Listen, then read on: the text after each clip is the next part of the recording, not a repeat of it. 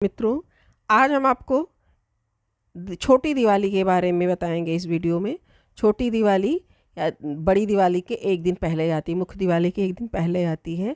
तो इसमें हम किस तरह से पूजा करेंगे छोटी दिवाली की, और इसमें किसकी पूजा की जाती है और किस विधि से की जाती है, कैसे इसके अनुष्ठान होते हैं, कितने दिए जलाने चाहिए, क्या करने चाहिए, आप इस वीडियो में पूरा देखेंगे। दीपावली का जो पर्व है ये बड़ी दिवाली के एक दिन पहले मनाई जाती है। इसे नरक चतुर्दशी या छोटी दिवाली या रूप चौदस और काली चतुर्दशी भी कहा जाता है। ऐसा माना जाता है कि कार्तिक कृष्ण चतुर्दशी के दिन विधि विधान से पूजा करने वाले व्यक्ति को सभी पापों से मुक्ति मिल जाती है। इस दिन शाम को दीपदान की प्रथा है, जिसे यमराज के लिए किया जाता है। ये 5 पर्वों के बीच में रहने वाला त्यौहार होता है। इसे छोटी दिवाली इसलिए कहा जाता है क्योंकि दिवाली के एक दिन पहले, यानी मुख्य दिवाली के एक दिन पहले ये रात को आता है। क्या है इसकी कथा, चलिए इसके बारे में जानते हैं। इस रात दिए जलाने की प्रथा है। इसके बारे में कई पौराणिक कथाएं हैं। एक कथा के अनुसार कि आज के ही दिन भगवान श्री कृष्ण ने अत्याचारी और दुराचारी दुर्दांत असुर नरकासुर का वध किया था और 16,100 कन्याओं को नरकासुर के बंदीगृह से मुक्त करके उन्हें सम्मान प्रदान किया था।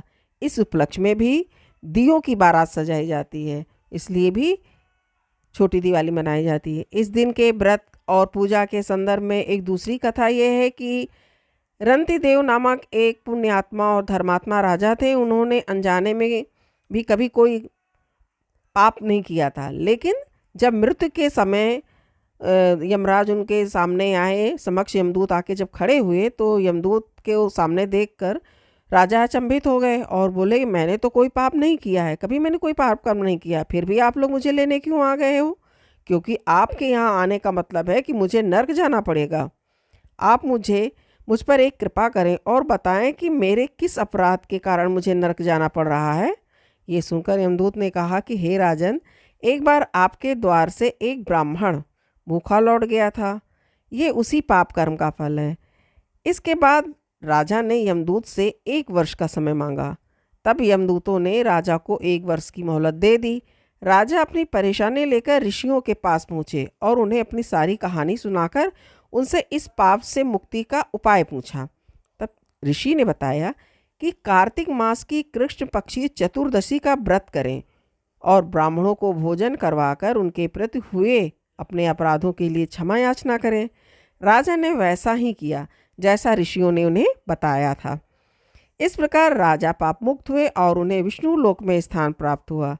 उस दिन से पाप और नरक से मुक्ति हेतु भूलोक में कार्तिक चतुर्दशी के दिन इस व्रत का प्रचलन शुरू हो गया। ये व्रत प्रचलित हो गया।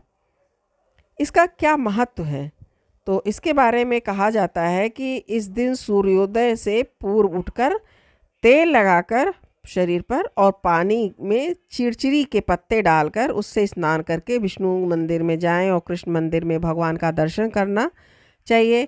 इससे पाप कटता है और रूप सौंदर्य की भी प्राप्ति होती है। कई घरों में इस दिन रात को सबसे बुजुर्ग सदस्य का एक दिया जलाकर उससे पूरे घर में घुमाया जाता है और फिर उसे लेकर घर से बाहर कहीं दूर रखाते हैं। घर के अन्य सदस्य घर के अंदर ही रहते हैं, इस दिए को देखते नहीं हैं। ये दिया यम का दिया कहलाता है।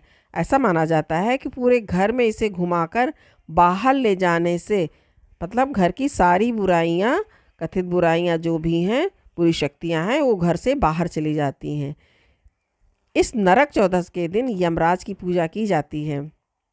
यमराज की दिशा दक्षिण दिशा मानी जाती है, इसलिए इस दिन दक्षिण दिशा की ओर मुख करके दीपक जलाना चाहिए। यमराज को समर्पित होने के कारण इसे यमदीप भी कहा जाता है और ऐसा भी माना जाता है कि इस दिन यमराज की पूजा करने वाले यमदीपक जलाने वाले के परिवार के सदस्य के ऊपर कभी अकाल मृत्यु का खतरा नहीं आता है। उनके ऊपर जो अकाल मृत्यु का खतरा होता है वो टल जाता है और उनकी आयु भी बढ़ती है। तो इस दीपक को घर के मुख्य द्वार की चौखट पर ही रखना चाहिए।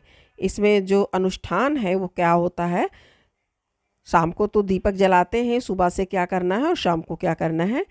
इस इस दिन पर लोगों को अपने घर में रोशनी करनी चाहिए। तो एक दिन पहले सब लोग शुरू कर देते हैं, साज सजावट सबके घर में हो जाती है।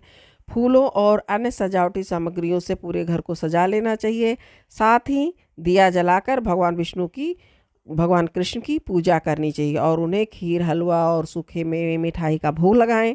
और फिर अंत में भगवान कृष्ण का आशीर्वाद लें।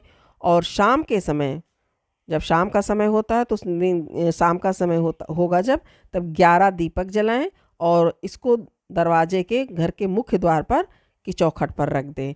इस तरह से आपकी नरक चतुर्दशी की पूजा समाप्त होगी। दीपदान का जो समय है वो 5:29 से रात को 8:07 तक है। दीपदान हमेशा प्रदोष काल में ही किया जाता है। तो ये आपको जानकारी नरक चतुर्दशी की मिली है।